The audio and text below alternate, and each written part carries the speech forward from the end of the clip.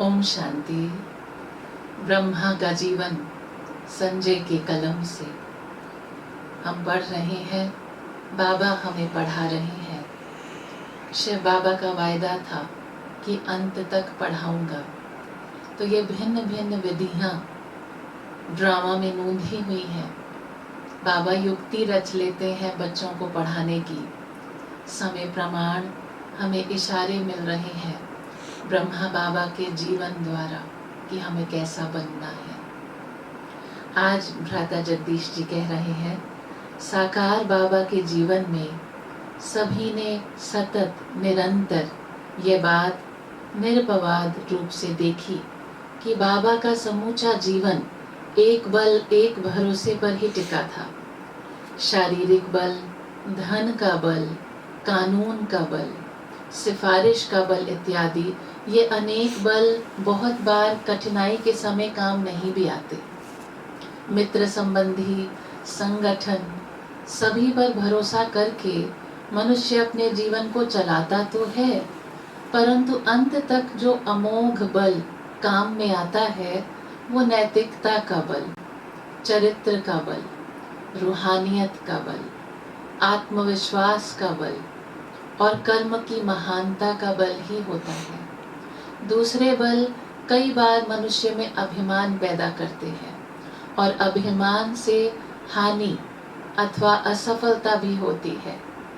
परंतु रूहानी बल के प्रयोग से अगर कहीं हानि अथवा असफलता अथवा पराजय भी दिखाई दे तो उसे भी सफलता, लाभ अथवा विजय ही मानना चाहिए। उससे उज्जवल भविष्य की नींव तो पड़ ही जाती है। भले ही सफलता रूपी इमारत अभी दिखाई ना देती हो, परंतु आगे चलकर वो सामने आती ही है। गुणों पर चलकर रिजल्ट अच्छा होने ही वाला है। सबसे पहला रिजल्ट संस्कार अच्छे बनने ही वाले हैं।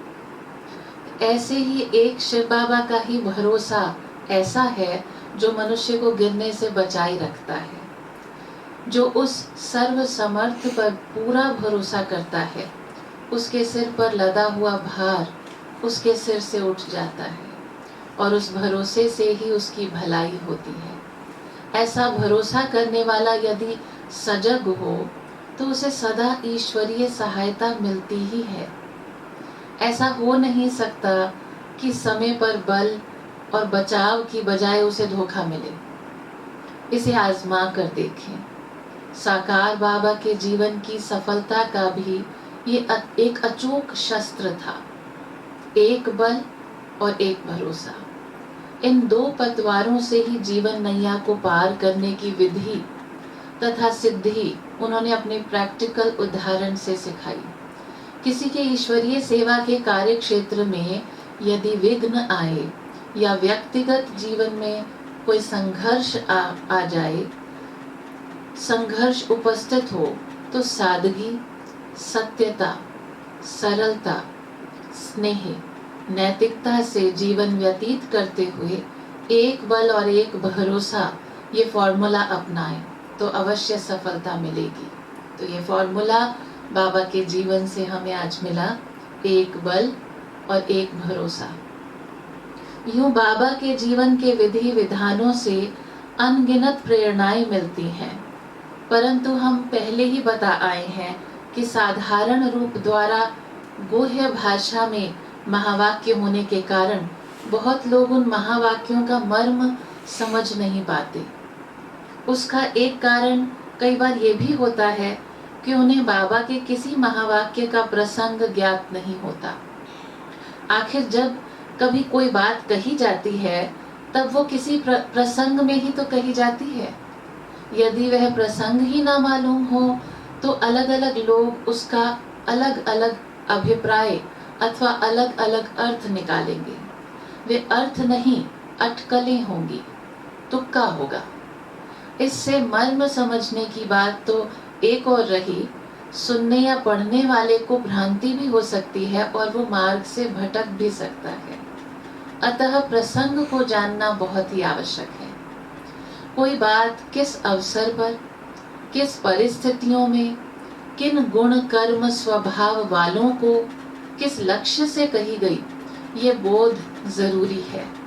अतः यदि बाबा की वाणियों को पढ़ने से किसी के मन में कुछ ऐसे प्रश्न या ऐसे भाव उत्पन्न होते हैं जो कि उसके मन को नहीं सुहाते, या ज्ञान के प्रति उसके मन में अरुचि अथवा अमान्यता पैदा करते हैं, उसे ईश्वरीय विश्वविद्यालय से हटकर किसी दूसरी दिशा में जाने की उकसाहट पैदा करते हैं, तो उसे चाहिए कि पहले किसी वरिष्ठ बहन या भाई से उसके प्रसंग को जानने की कोशिश करे कि जिस दिन वो मुरली चली तो बाबा ने सामने किस व्यक्ति के लिए या किस परिस्थिति को देखकर वो बात कही।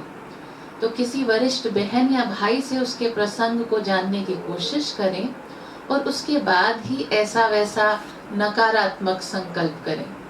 आज भी कई व्यक्ति प्रसंग को जाने बिना गलत अर्थ करके स्वयं भी सत्यता से वंचित होते और दूसरों को भी भ्रमित करते हैं।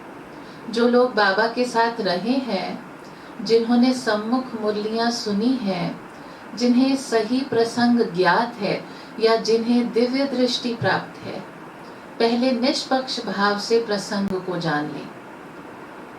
यही प्रीति की रीति है। पहले जानने की कोशिश करें कि भाव क्या है बाबा का।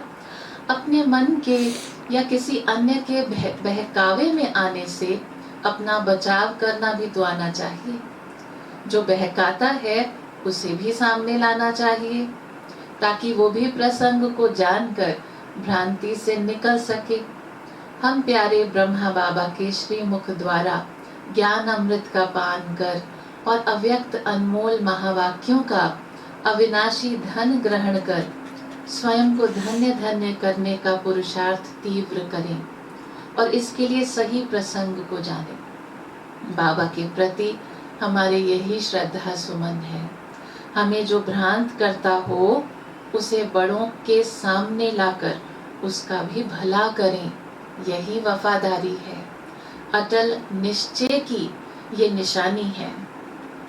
तो एक नई शिक्षा हमें आज मिली कि ये भी यज्ञ रक्षक होना है और ये उसका भी भला करना है और स्वयं का भी भला करना है, ताकि सही प्रसंग को जानकर हम बाबा के भाव को अच्छे से जान पाए, तभी तो हम धारण कर पाएंगे। तो आज के लिए इतना ही, कल फिर हाजिर होंगे। Thank you. ओम शांति।